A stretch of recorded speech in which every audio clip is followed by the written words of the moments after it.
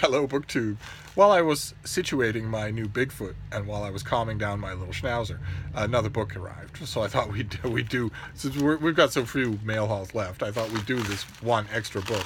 And it also gives me an opportunity to point out, in addition to thanking whoever it was who sent this Bigfoot, I also want to point out that this is getting a little out of hand. First a box full of penguins, now a box full of Bigfoot. I don't know how it works in the rest of YouTube, but on this channel, I send things to you. You don't have to send things to me. This is amazing, and I'm incredibly grateful. But it's a little awkward too. I send books to you. But anyway, let's see what this last book of the day is. Oh, fantastic. This is the next volume in the Penguin History of Europe series. Terrific series, always great books. And this one is an author who's a must-read. This is Ian Kershaw, The Global Age, which is from the 1950 to the present day.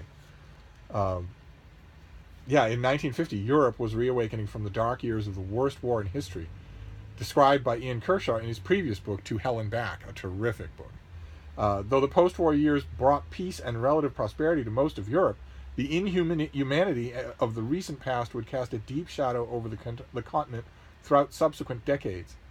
Europe was now a divided continent, living under nuclear threat in a period intermittently fraught with anxiety. This pub sheet writer must remember these years very differently than I do, but then this pub sheet writer almost certainly does not remember the 20th century at all. But it wasn't intermittently fraught with anxiety. It was constantly fraught with anxiety. We worried every day, every minute of every day. Those of you who were fully grown adults at the time will be nodding in sympathy when I talk about how every day we wondered if nuclear war was going to start. It was this shadow that hung in the back of our thoughts all the time.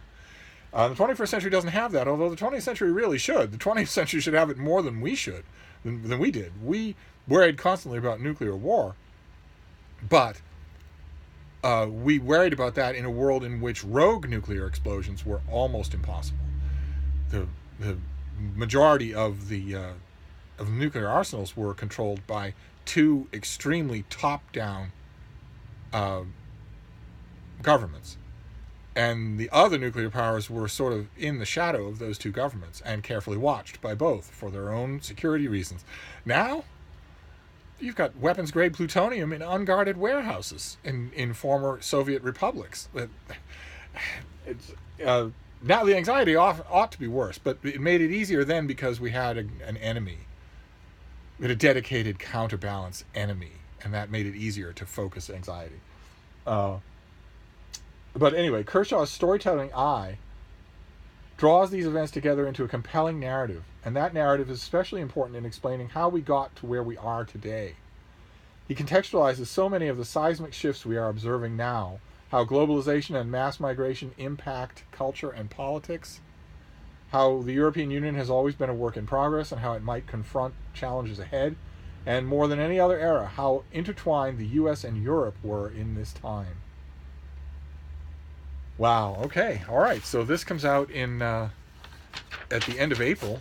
I'm going to want to read it long before then, especially since a chunk of this book is going to be right up my alley. A chunk of this book is going to be the Eisenhower era and the Kennedy era, and the Reagan era is in here as well. God, I'll hardly get a moment's peace.